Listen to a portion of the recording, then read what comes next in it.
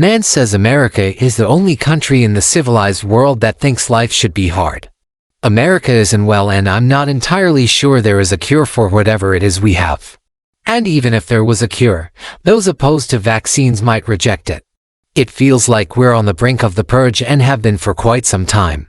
If I hear a single air horn in the streets, I'm getting into my car and driving to the ocean. Matthew Bunker took to TikTok to highlight America's obsession with working culture. Buried within the vague apocalyptic vibes are people who really do believe that joy cannot come without suffering. This idea was laid out perfectly by Matthew Bunker, aka @Bunkerlicious on TikTok, who pulled a Carrie Bradshaw when he couldn't help but wonder why Americans think life should be hard. When people say God only gives us what we can handle, does God know I can handle winning the lottery? Read on for Matthew's TikTok TED Talk. Americans need to rid themselves of these phantom bootstraps. Matthew starts things off at a 10 and just keeps climbing higher. America is a wild place, it really is. We are the only country in the civilized world that thinks life should be hard, he says. This country thinks its people should struggle merely for wanting to exist. And you know what? That's exactly how it feels. Matthew addressed claims that no one wants to work anymore. He addresses the bootstrap-loving contingent by first asking why you're wearing boots because it's summertime. You guys say things like, well, no one wants to work anymore. Of course not. Truly, no one wants to work. And while a job can certainly be satisfying, I couldn't help but wonder if capitalism has programmed me to believe this. Americans are romanticizing the desire to be a cog in a machine, he concluded. In order to roll out of bed in the morning and clock into whatever job we have. Americans are romanticizing the desire to be a cog in a machine, Matthew says. That's nuts and bolts. Matthew shared that some of his friends work 3 jobs just to scrape by. What's even more disturbing about America's near-pathological obsession with employment is the pride some feel when they are too exhausted to move at the end of the day. You did it. You broke yourself. Now you can relax. Matthew says he's heard people casually say things like, well, I work 3 jobs. And I never sleep. And I can't afford to eat anything but ramen and drink contaminated tap water, but look at me. I'm paying for this studio apartment all on my own.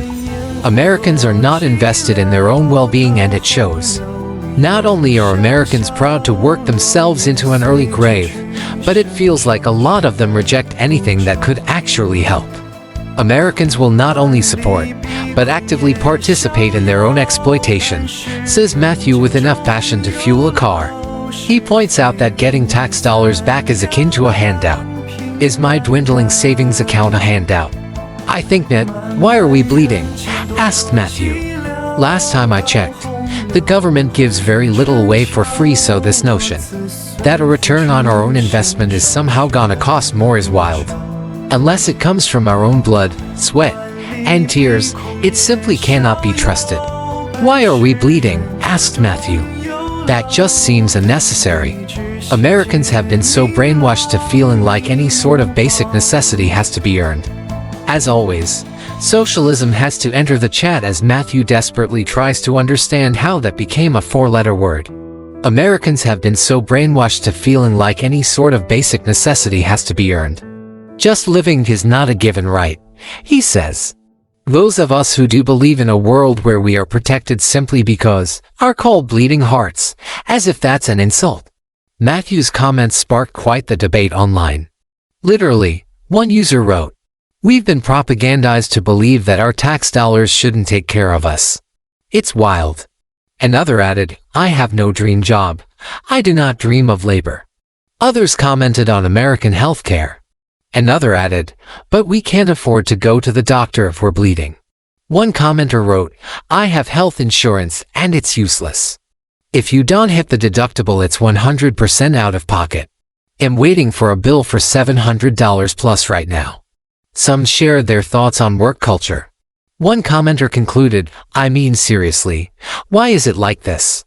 A 40-hour work week at one job should be more than enough to live comfortably. But no, we have to do everything." And another added, literally, "Who wants to work?" Apparently Americans also don't live as long. I wonder if there is a correlation between our attitude about suffering and our shortened lifespans.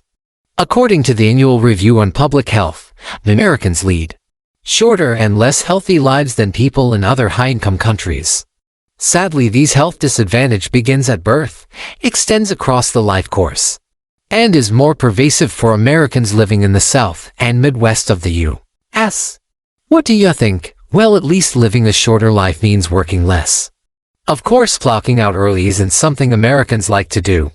Let's live longer so we can work longer because capitalism needs us.